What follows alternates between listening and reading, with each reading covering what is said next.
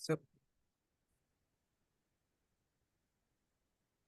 so here we are, many people. I reach myself. Some folks are joining via Feedloop and some are joining via Zoom. So you have two stream of participants and how they can join. Okay, Larry, what has participation been like so far? I've been in many sessions myself, but I couldn't get like the numbers. You asking me that with everybody listening? Okay.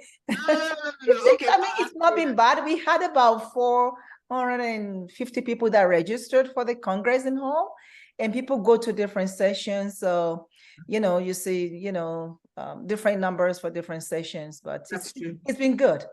It's been good. The discussions in the regional workshops were amazing. I know. Yeah. And this morning I was a little bit worried that we wouldn't have the crowd because it was 5 o'clock Eastern Standard Time. But yeah, people joined and it was just amazing. I learned, I am learning so much myself. So it's really phenomenal. So thank you. So just for the panelists' feedback, my name is Sarah and I'm on the Strategic Planning Framework Working Group. So I'll be in the background, just taking notes if there's anything that can connect back to the framework, and just taking note also of any of the questions that come in that might be something that we need to explore further. So if you need anything from me with regards to the framework questions, please call me up and I'll pop back up on the screen. But if not, you'll just see me in the background for the whole session. Thank you. So we still have 2 minutes or so before the session officially starts. So.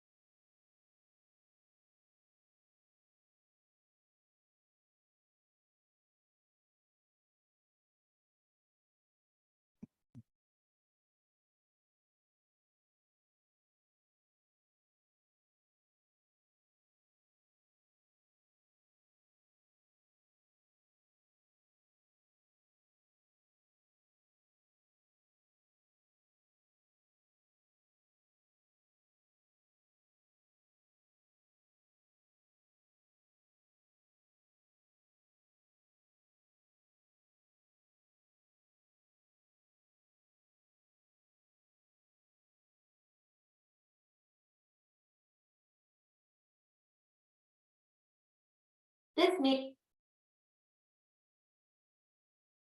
meeting is being recorded.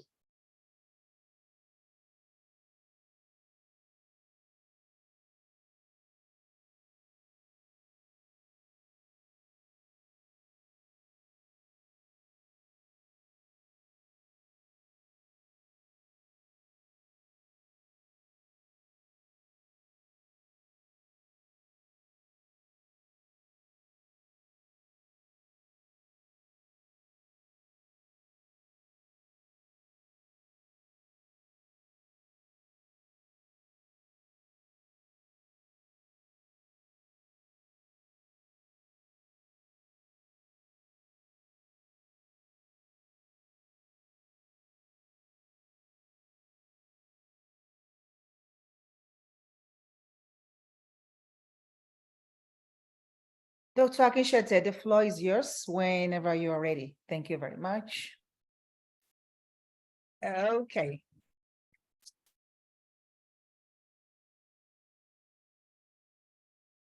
So.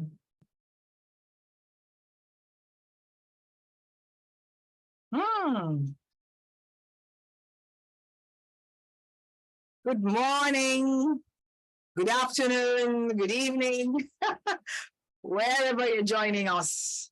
I welcome everyone to this session of GANSID Congress 2023. It's been a very exciting couple of days so far. I've been in a number of sessions and I'm sure everybody's learning a lot. It's been an excellent learning experience. And to think that this is just the beginning. My name is Annette Akinshete. I'm Dr. Annette Akinshete. I'm a consultant public health physician and also the National Director and CEO of Sickle Cell Foundation Nigeria.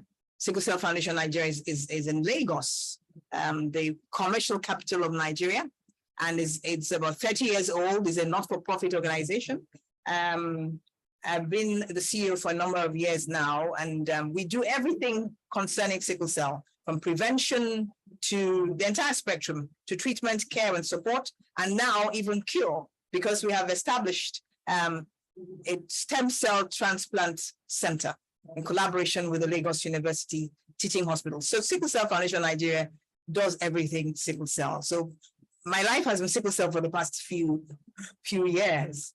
I'm really excited and privileged and honored to be moderating this session. I thank the GANSID team very much. I also thank GANSID really for putting this Congress together, for bringing stakeholders in the entire IBD space, inherited blood diseases space, and for just that much needed conversation.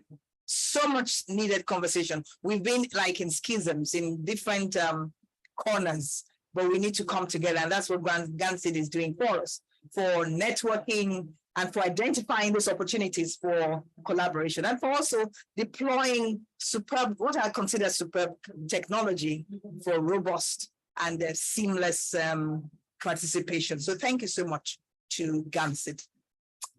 Now, this session this afternoon, for me, is titled Strengthening, let me be sure what I'm reading. It's titled, beg your pardon, let me get the exact words. It's titled Strengthening the Infrastructure for Care and Treatment of Inherited Blood Disorders, Challenges and Opportunities for Cross-Disease Efforts.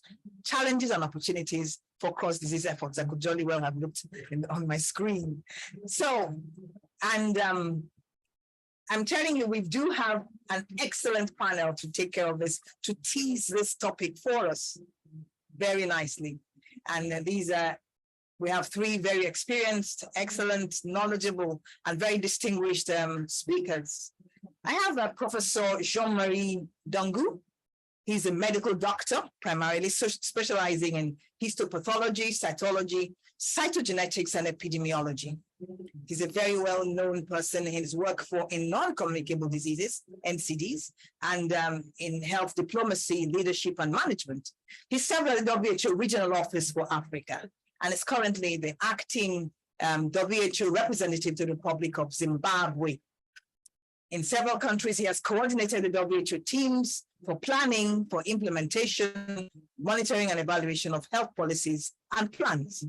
Before joining the WHO, Professor Dangu held various positions in the academia and in the Ministry of Health in Senegal. He has published more than 140 scientific articles.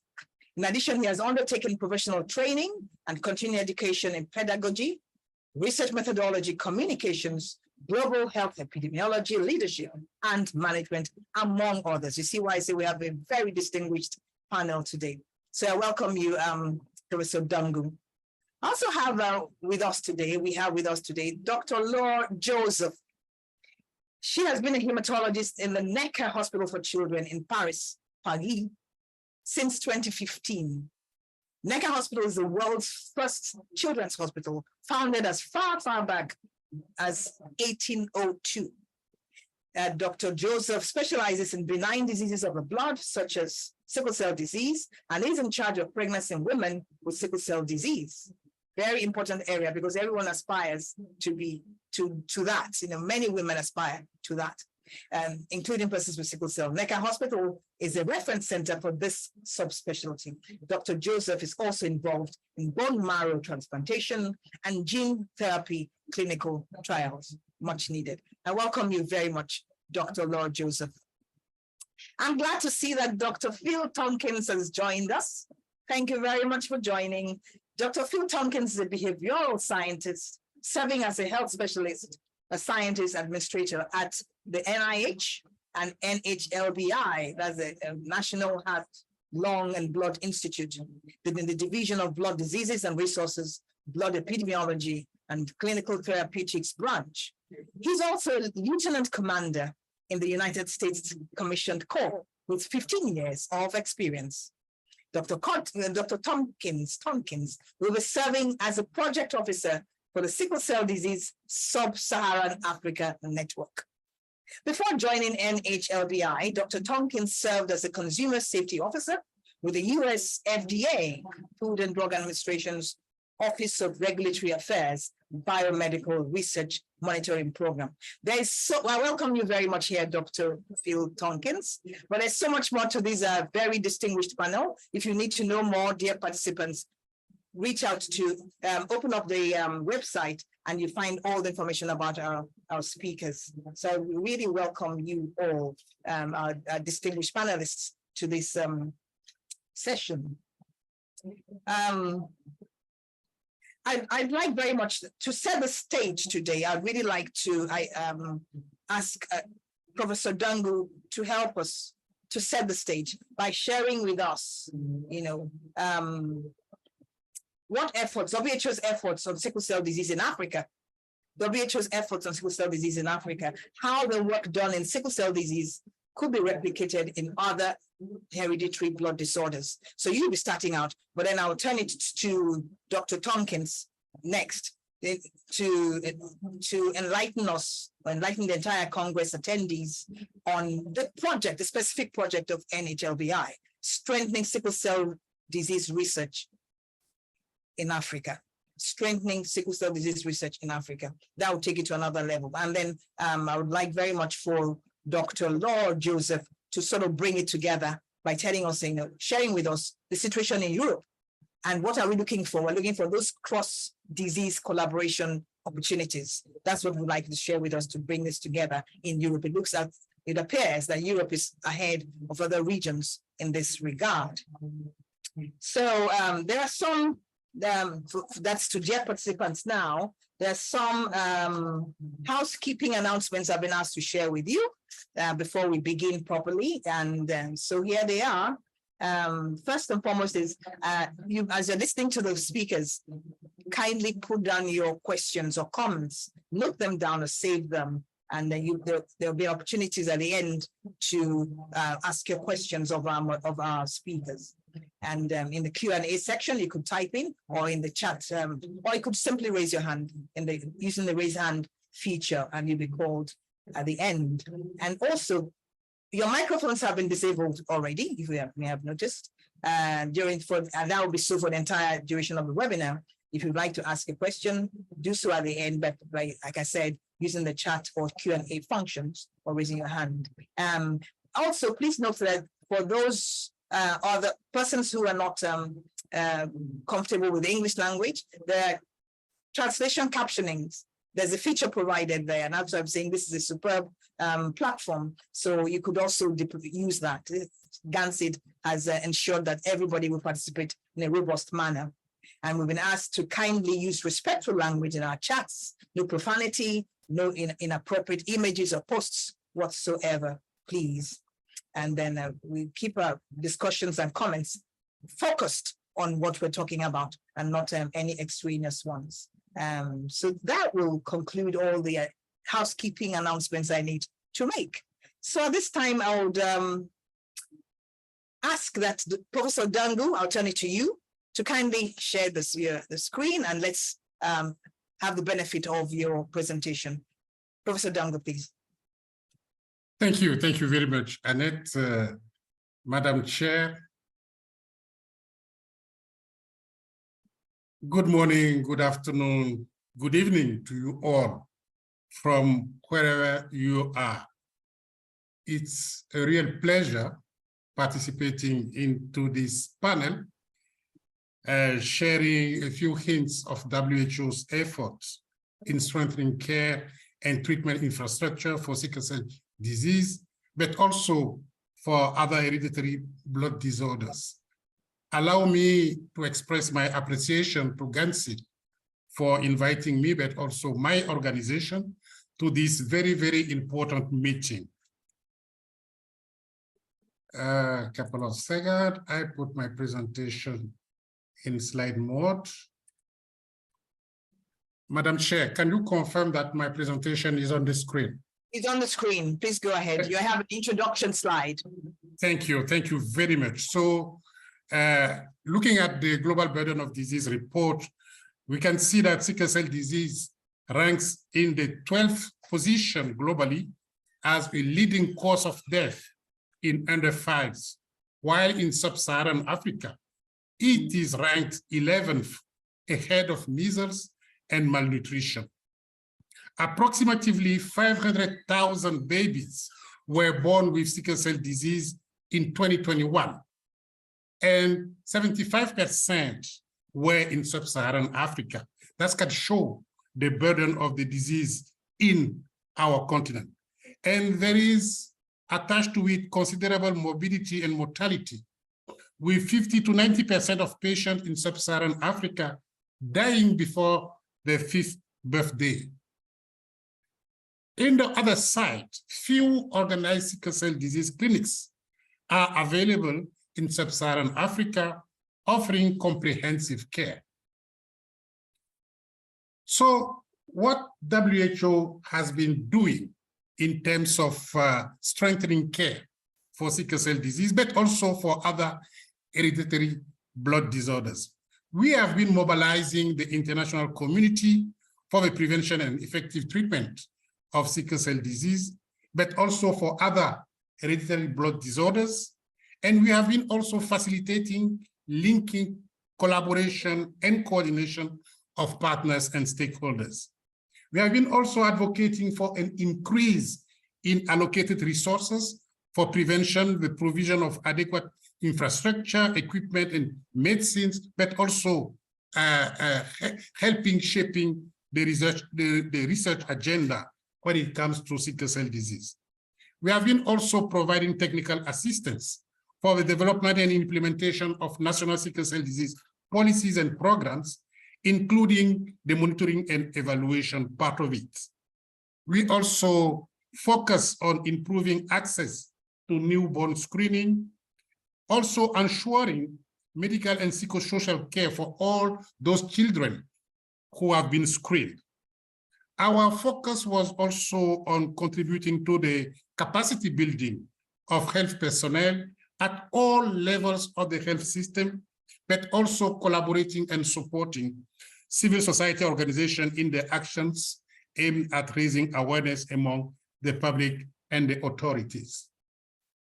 So our journey to address sickle cell disease and other hereditary blood disorders started almost 2 decades ago in close collaboration with the UN headquarters, but also other UN agencies. In 2006, particularly in the African region, we developed a technical document trying to highlight the burden of the disease in the country and the need for immediate actions at in all countries, but also at regional level. This was followed in 2008 by a UN resolution during the UN General Assembly, which took place in New York.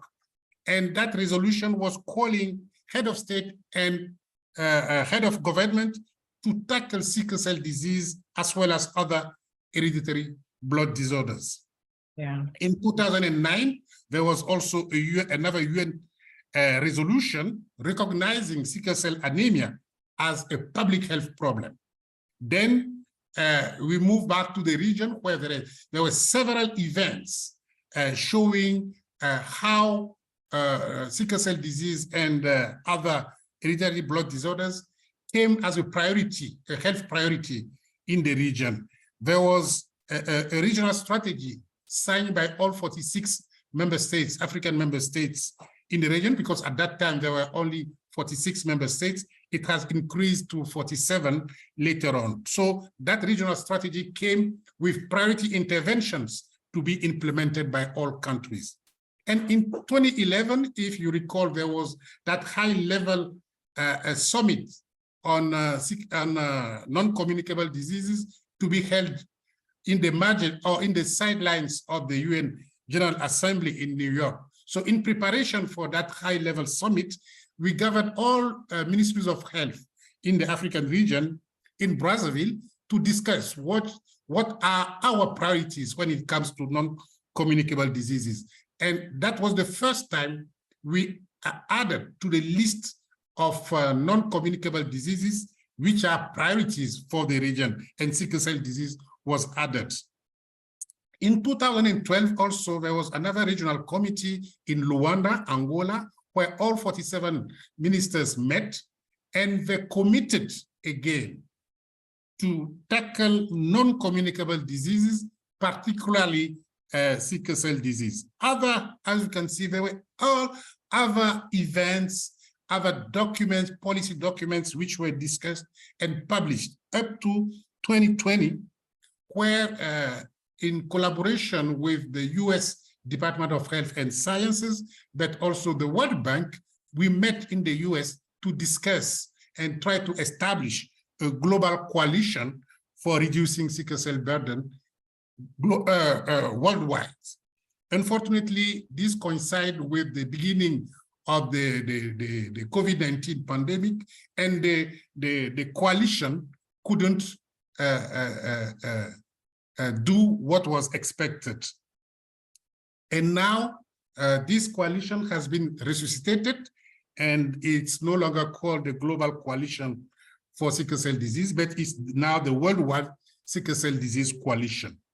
In 2020 also, we WHO, we signed an MOU with Harvard Medical School, particularly the Center for Integrated Science in Boston, to work on what we have called the PEN+. In the past, WHO issued the PEN, which is a package of essential non-communicable diseases interventions to be implemented at primary healthcare.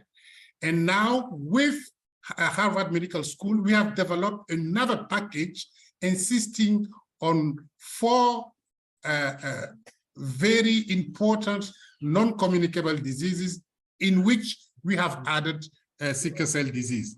And that package was presented at the ministerial meeting in 2022, and it was approved as the PEN+ strategy in the African region. That strategy will help decentralize the services offered for non-communicable diseases. And later on, we have also signed and worked with partners like Sanofi, like the government of Monaco, but also the Helmsley Charitable Trust.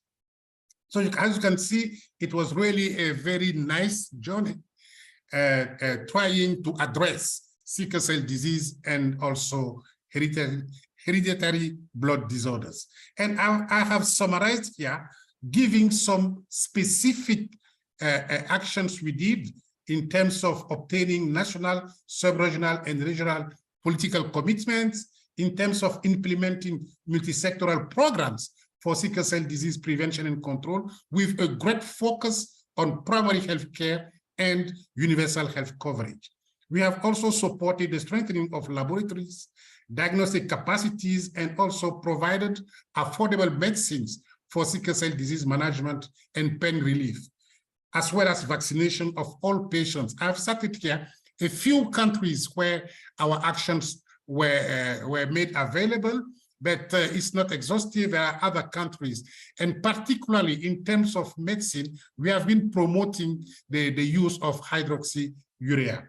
I will not go through all the list, but let me go a bit quick so that I can share a few examples. I talked about the PEN Plus strategy, which was adopted in Lomé in 2022. Now we have received a grant from Helmsley Charitable Trust, and this is helping us support a first batch of countries to implement that PEN Plus, particularly focusing on sickle cell disease. We thank you to Dr. Kunle from Nigeria, currently working in the East Mediterranean region. We have been working on developing a guidance framework for centers of excellence in the management of sickle cell disease, as well as developing a sickle cell disease management guide for each level of care in the health system of our countries. Again, I will not go through the other things you can see here on the slide. Particularly, there was a side event during the regional committee when we launched a sickle cell disease regional campaign, focusing on awareness, but also focusing on the management of the disease. The following 2 to 3 slides are focusing on provision of quality, affordable blood and blood products. As we all know, this is something important in the management of sickle cell disease and hereditary blood disorders. In February 2020, we have issued this WHO Action Framework for blood products with those 6 strategic objectives you can see on the slide. It was also important for us to define some principles for a strategy to providing care for most of the sickle cell disease patients. First principle, primary health care. It's a matter of equity. We should decentralize the care to the point of contact of the population with our health system. We should also insist on national investments on primary health care to strengthen our health system. Capacity and infrastructure should be enhanced for primary care, but also care must be accessible, equitable, safe, of high quality, comprehensive, efficient, acceptable, and affordable, and delivered continuously and integrated into existing services that are people-centered and gender-sensitive. Last but not least, we should avoid fragmentation and ensure a functional referral system. So again, I would like to thank our colleagues who were supporting us, the experts from the African region, who have helped define 4 levels of care for sickle cell disease patients. The first level is, again, based in the community, the home, and the primary health care. The second level based in the secondary healthcare facility. The third level of care based in a tertiary referral teaching, general private hospital or equivalent. The last level of care is the center of excellence, and this is something where state-of-the-art facilities are made available. So based on this different level of care, we have also suggested a pyramidal management unit against the primary health care, the secondary health care, but also the tertiary health care. Finally, I would like to highlight few opportunities for collaboration and partnerships. First of all, joint programming and joint implementation of program. So WHO is keen collaborating with associations and alliances for the implementation of prevention, care, surveillance, and research program. Second, exchange of expertise. There is a great opportunity to share knowledge and skills between WHO and association to build capacity. We are also calling for multi-country alliances and eventually sub-regional and regional one. And last but not least, resource mobilization to support the implementation of our actions and interventions. I will not go through all these 11 intervention and actions we are proposing to build forward the sickle cell disease agenda, but we want it to be built differently, but better. So the slides are available. You can look at them. It's very, very interesting. And I would like, Madam Chair, to thank you all for your attention.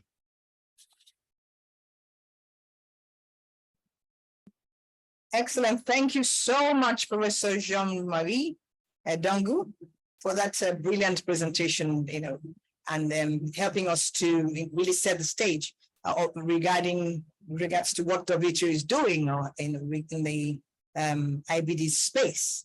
I think I'll bring out, I have a couple of questions myself, so maybe I'll keep it as well until everybody's asking. Perhaps others will also have observed that one of those slides and asked the same question.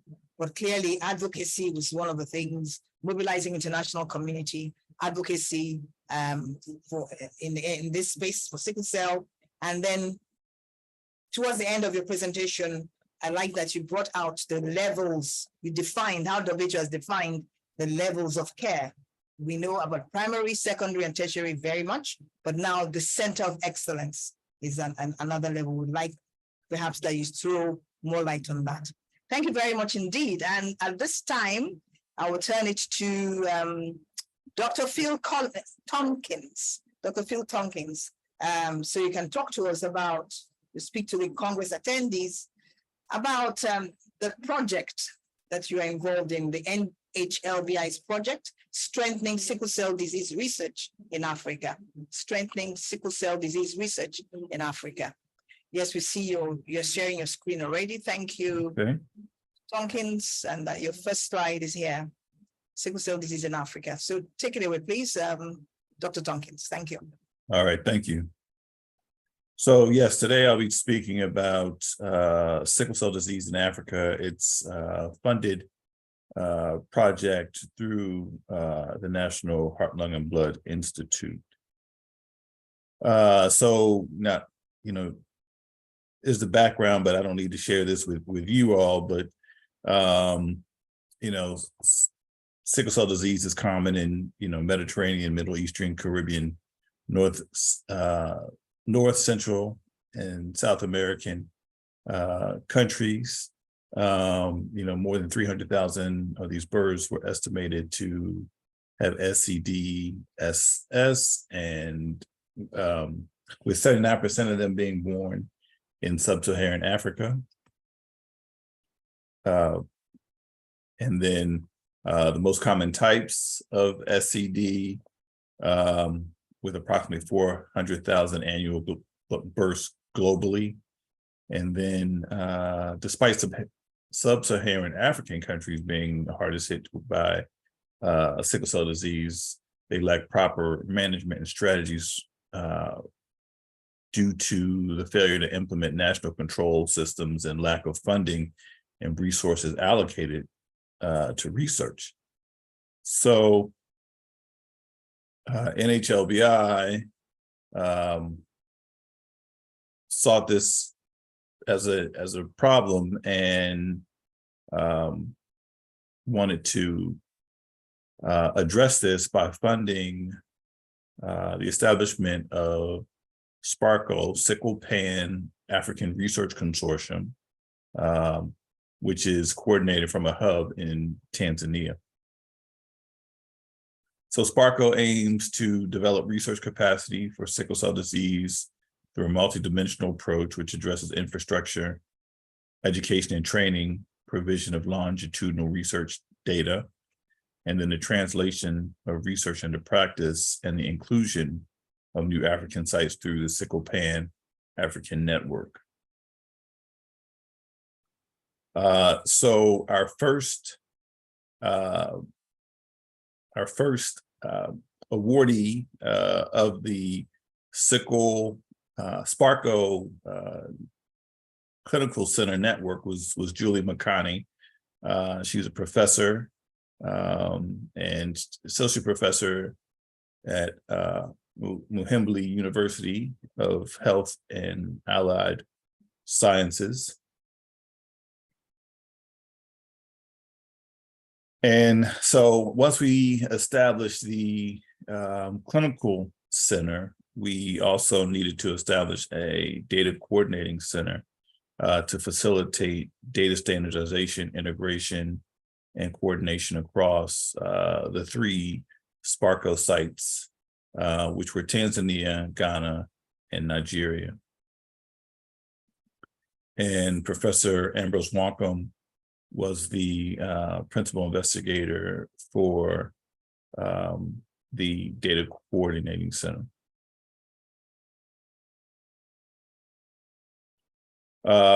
Real quickly, so in phase 1 in sickle in Africa, the coordinating center, the clinical coordinating center and the data coordinating center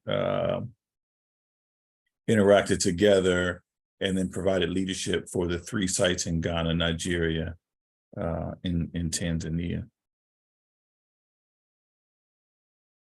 And part of that, the work that was done out of that interaction was the development of several working groups, the Data Management Research Working Group, the SCD Ontology, Skills Development, and Standards of Care Working Groups. And each of the working groups on the website, they have their own page and purpose and deliverables, and they update their progress is listed there as well.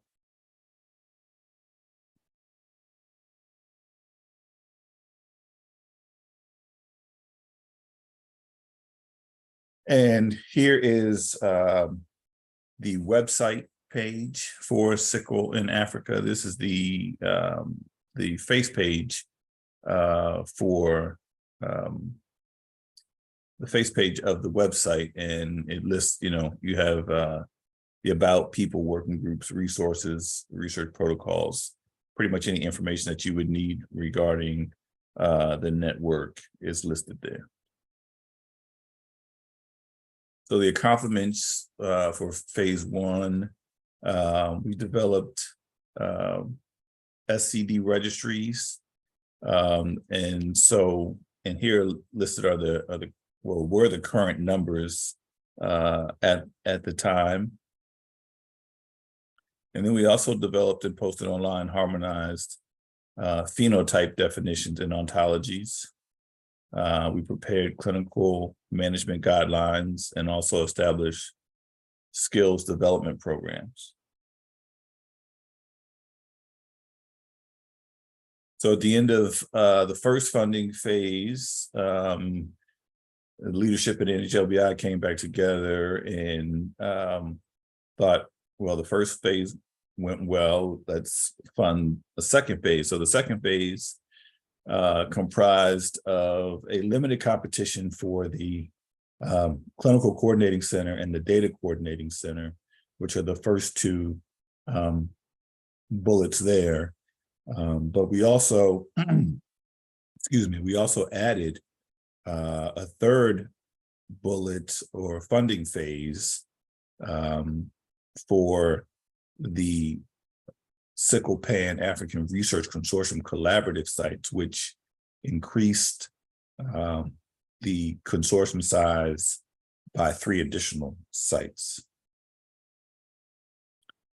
So briefly, just the objectives of Sickle in Africa 2 was to describe the current status of SCD as well as risk modifiers, including access to care, clinical management in the countries. And then to follow SCD patients enrolled in the registry in participating countries. And then through cohort research studies to permit the evaluation of incidents of clinical events, the possibility association with various factors, including care management, such as infection prophylaxis, hydroxyurea use, as well as social, economic, and environmental factors. And then the impact of health outcomes of improving in the identification and care of patients with SCD. So here is a network picture of the consortium, the network in phase 2.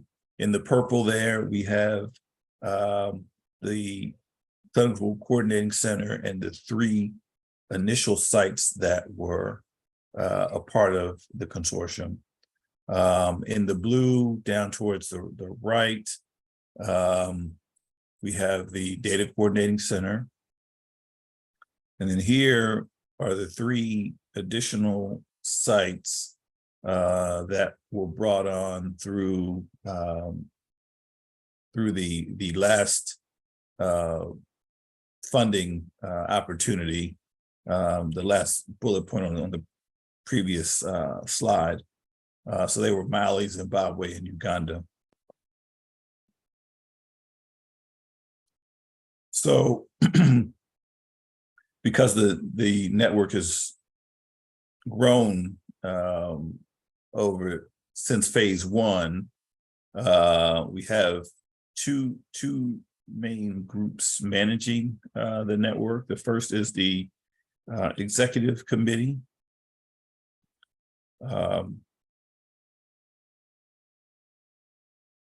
And it's made up of 2 chairs. It is comprised of the PI of the Clinical Coordinating Center, the PI of the Data Coordinating Center, and then an HLBI project officer, project scientist, and grants management. And so their responsibility is scientific management, leadership, and governance of the network. And so our 2 chairs for the executive committee are Dr. Fumi Alapade and Dr. Leon Shilo, who are doing excellent jobs of providing us leadership and guidance. In just remembrance of Professor Koff, he served as a chair for the executive committee, and he's recently passed, but Koff was a tremendous help and assistance in the development of the Sickle in Africa program. So after the executive committee, we have the steering committee, and that's comprised of each of the principal investigators for each of the sites that are listed around the table. It also it includes the chairs of the executive committee and then 1 NHLBI staff, which actually I just went over there. The main responsibilities, they're the main governing body, and they facilitate coordination and synergy across the entire network, recommend uniform procedures and policies, and ensure the awardees accept and implement the policies that are developed.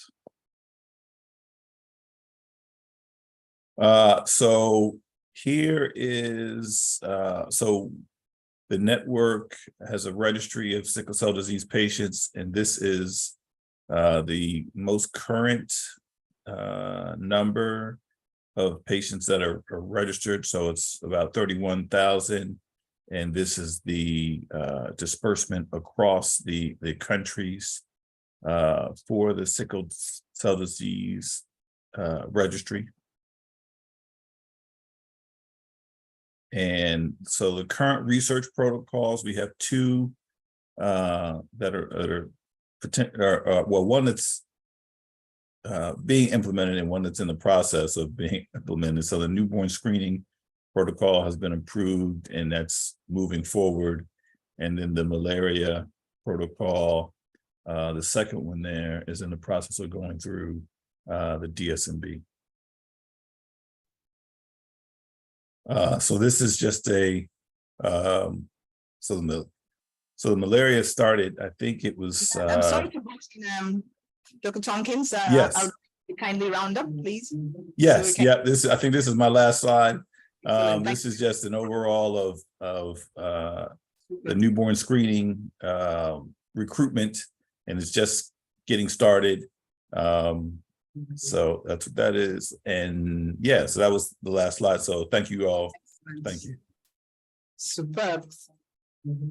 Thank you very much indeed, Dr. Phil Tompkins, for that presentation. Really shed light on what's going on in that research. Many of us know that is happening, but perhaps this is where we can also, draw lessons for this cross-cultural, cross-disease collaboration. So what's happening with sickle cell, we can do for overall inherited blood disorders. Thank you very much for shedding light on that. I'm sure there are many questions. I do see a number of questions, and so we'll take them once Dr. Law has had time. Dr. Law, please, I turn to you now to talk to us about Thank you very much. yes, what's happening in Europe, the experience in Europe, and how we can learn from that. Thank you very much, Dr. Law. Take it away. Thank you very much. So I'm sorry. I'm Laure Joseph, so I'm working in Necker Hospital in Paris, and I will make the case for hereditary blood disorders and cross-disease effort in Europe. So as you know, and I will briefly talk about this slide, in 2006, the World Health Organization adopted two resolutions on sickle cell disease and thalassemia, which represented an important step forward for the recognition of hemoglobinopathies as a global public health problem. In Europe, that was the beginning for new project to best treat these patients. The prevalence and impact of a hereditary blood disorder in Europe is well known, and in France we know that we estimated thalassemia patients with severe genotype around 600 and 700 patients with the national register. Concerning sickle cell disease, in 2016 the prevalence was estimated between 19,000 and 32,000 patients. And we know that every year in France, more than 500 children born with SCD every year. And just since November 2022, we start to systematically perform a newborn screening program for SCD in France, which was not the case before. It's a very important point. You can see the report for the justification of this systematic newborn in internet with this link.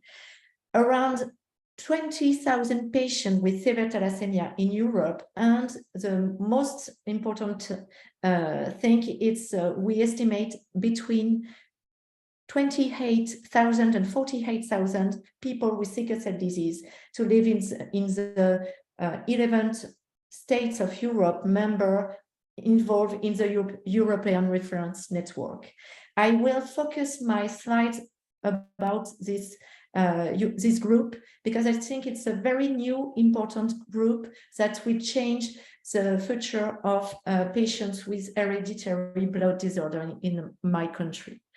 So according to the global burden of disease, sickle cell disease is, as we already see in other talks, one of the most common cause of disability among all hereditary blood disorder, and particularly anemia.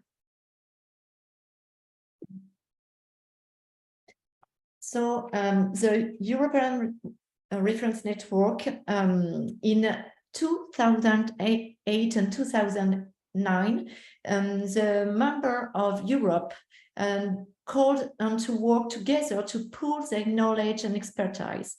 And they want to determine specific recommendations to establish rare disease national plans or strategic plans, programs by the end of 2013. You can find here the reference. And for these countries, some political and money concern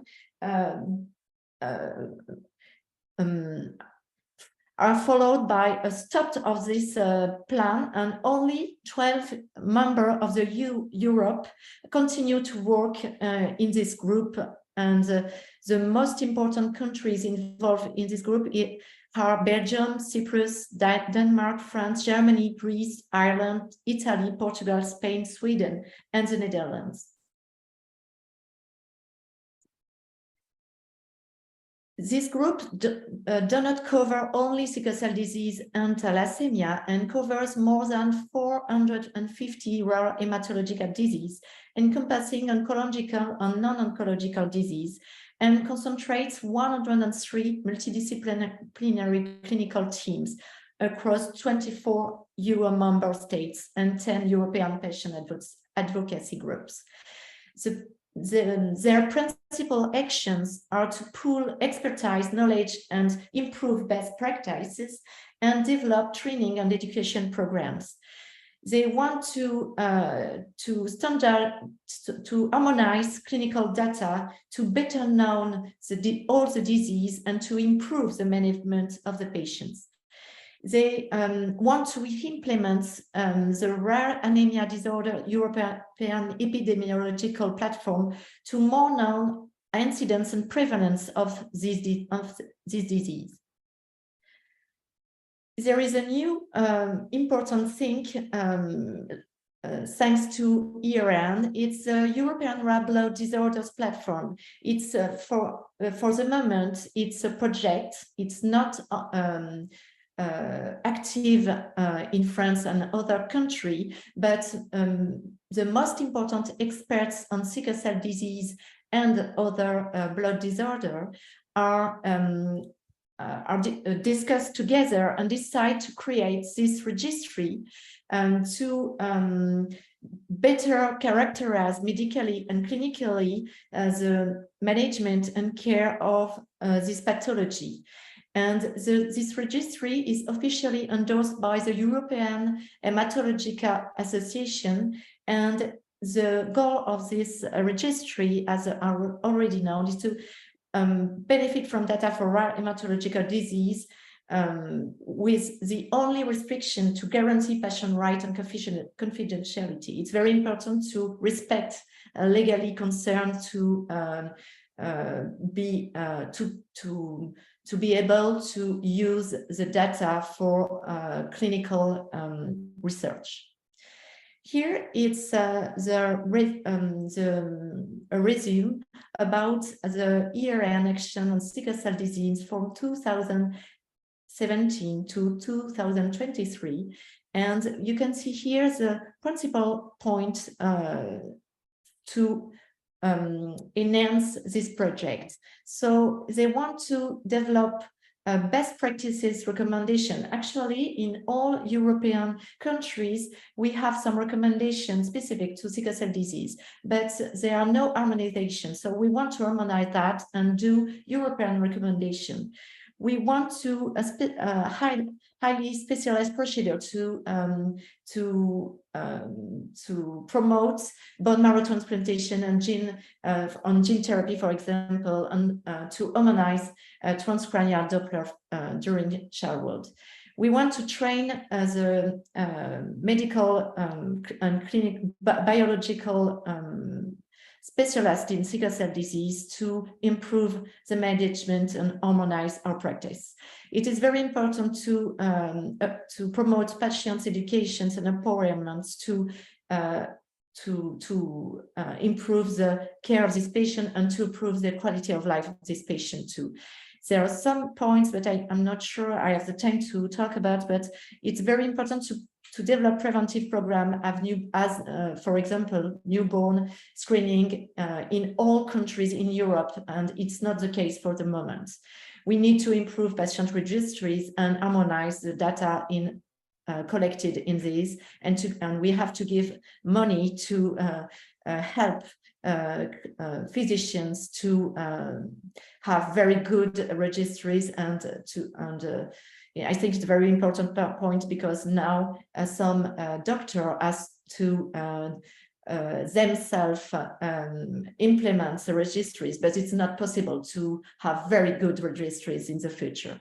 We have to promote research for this important disease, and we have to develop, and it's already the case in France, but I'm not sure it's the case everywhere, to develop center of expertise for this rare disease, and in this case for sickle cell disease. So in conclusion, I will focus on 3 points. It's very important to extending systematic newborn screening in Europe. And now this newborn screening is only available in Belgium, France, Germany, Spain, and the Netherlands. We need for collaborative efforts for effective management. It's very important. In Europe, and I think around the world, with Africa and with US, I think it's very important, and Canada, to develop some collaborative study to improve the management of patients. The role of policy and advocacy in improving the landscape for hereditary blood disorder is a very important point. And we need all dedicated SCD action plan, and for other rare disease, but SCD is very important for this rare disease. And we need to ensure equitable care and align our resources with our ambitions. I want to insist to the creation of supportive environment for affected individuals and families, because it's a very important, this disease have a very important impact on quality of life, and I think we need to develop some help for patients. And I want to conclude with that. I think we also need to continue our fight against racism, prejudice, and discrimination, because I think for all these pathology, it's 3 very important points that we need to fight against. Thank you for your attention, and I will take some questions. Thank you. Yeah. Thank you so much, Dr. Joseph, for that excellent presentation. Like I said, in a way, this ties our presentations for today, ties them together. At the end of the day, we're looking at what we can learn from what's your situation in Europe, for other regions. But I do have a question. Okay, before I open the floor for questions for everyone, for all participants, we have a few minutes for questions and we'll address them. Please note that there's a polls feature. So you can please fill out or complete the polls right after we answer the questions and address the comments. So that's to all participants. And so the floor is open now for questions. There are some already in the chat feature, in the chat box. I'll take them. But let me just start quickly with Professor Dangu. Very quickly, mine is just to ask, perhaps you need more data from Nigeria, because I see that the map of Africa does not place Nigeria at the top of the burden in terms of new diseases, new cases. Maybe it's a newborn screening issue, but can you kindly throw light on that? That's one. Then my question for Dr. Tompkins will be, how do we move this consortium research, Dr. Tompkins, Dr. Phil Tompkins, for sickle cell, and expand it to all the inherited blood diseases? Do we see that in the foreseeable future? Do we see it happening? Because with GANSI, that's what we're looking to doing. How can we move from the experiences here to broadening it to cover or encompass all the IBDs? And I have a number of questions, but I'll keep them one each. And then lastly, for Dr. Laura Joseph, okay, I'm so glad that you described all the issues that we need to address. We have always had them, but the way you put them together, and I find also that newborn screening is a recurring decimal. I think Professor Nadu is here somewhere. Newborn screening, newborn screening, newborn screening. If we don't go away from this Congress with anything, we go away with that. The importance of newborn screening, and then how it helps us put this together.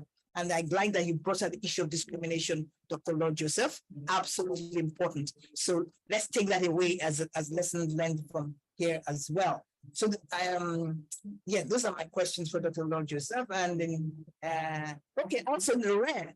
When are we going to move? When are we going to stop defining some of these IBDs as rare? Because I think that would be linked with reduced funding and even political will.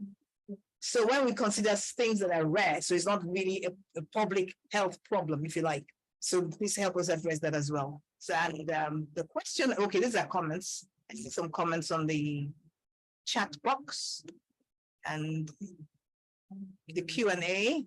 Let me expand my, okay, so let's start quickly with Professor Dangu, please. Take it away. Thank you. My question while I address. Thank you very much, Annette. You are absolutely right. That's why I didn't comment on that map.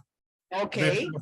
I've put a note there that Nigeria and DRC, the Democratic Republic of Congo, are the two countries with the highest frequencies, with more than 2% of newborns affected. So it's there. The map is an old one, but I've just put it there. So you also alluded to our work on advocacy. You know, we started a long time ago. It was, we worked a lot with the Association of First Ladies on the continent, and the First Lady of Congo was the first champion for sickle cell disease on the continent. She even was invited during the UN General Assembly in New York, the first one, which adopted the resolution. There were also the First Lady of DRC, Democratic Republic of Congo, the First Lady of Senegal as well. In terms of advocacy toward governments also, we use the channel of the ministers of health.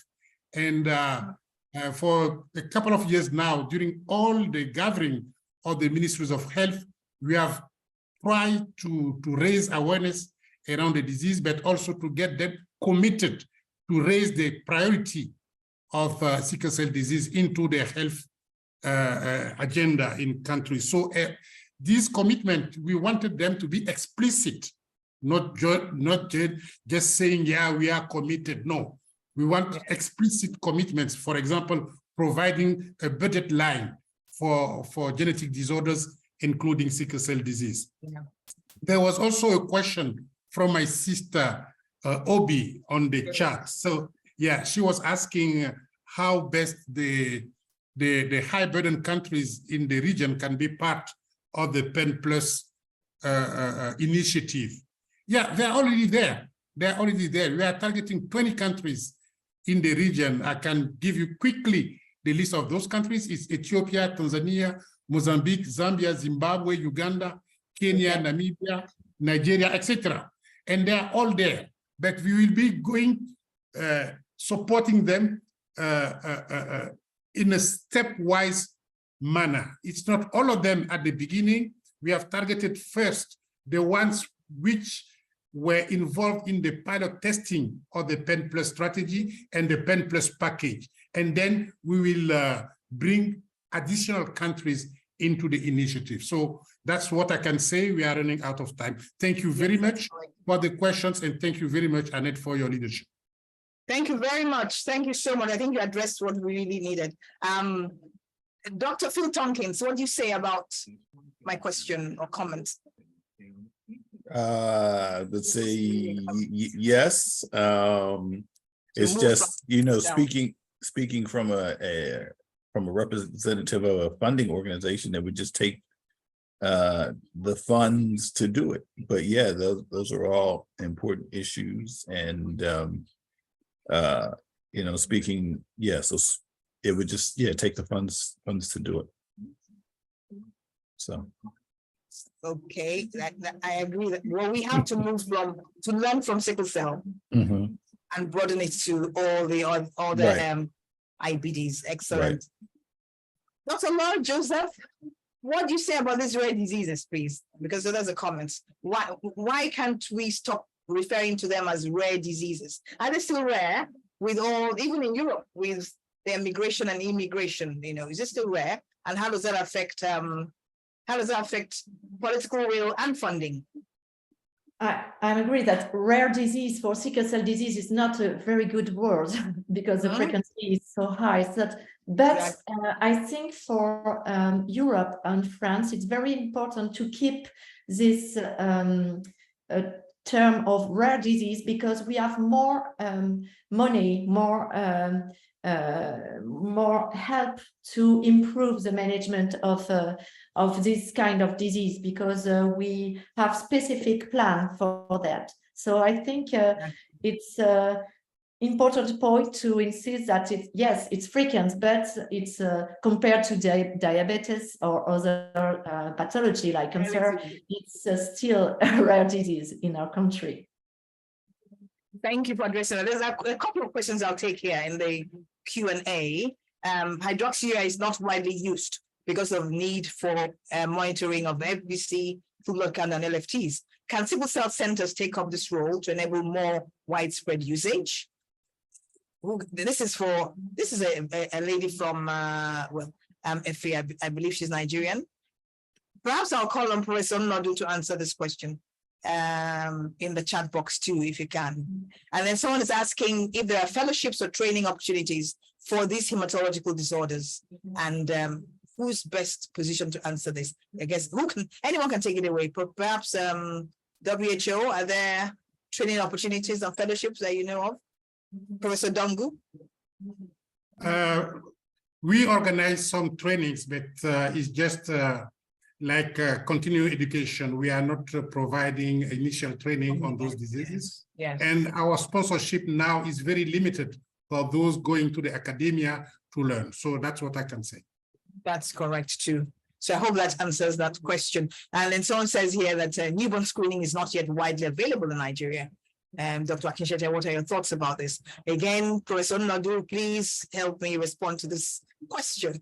I think you're best positioned for many reasons, which we cannot discuss at this forum. We can take that outside of this forum, but there are many challenges in Nigeria. Nigeria is a massive country and massive population. So that's just one of the challenges we have.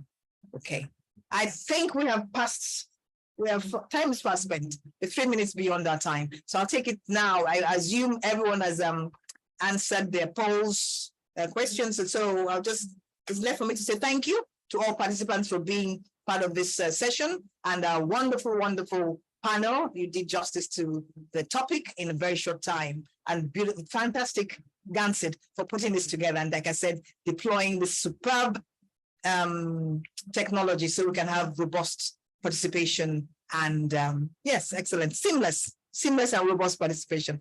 Thank you, Dr. Laura Joseph, Dr. Tompkins, Professor Dangu.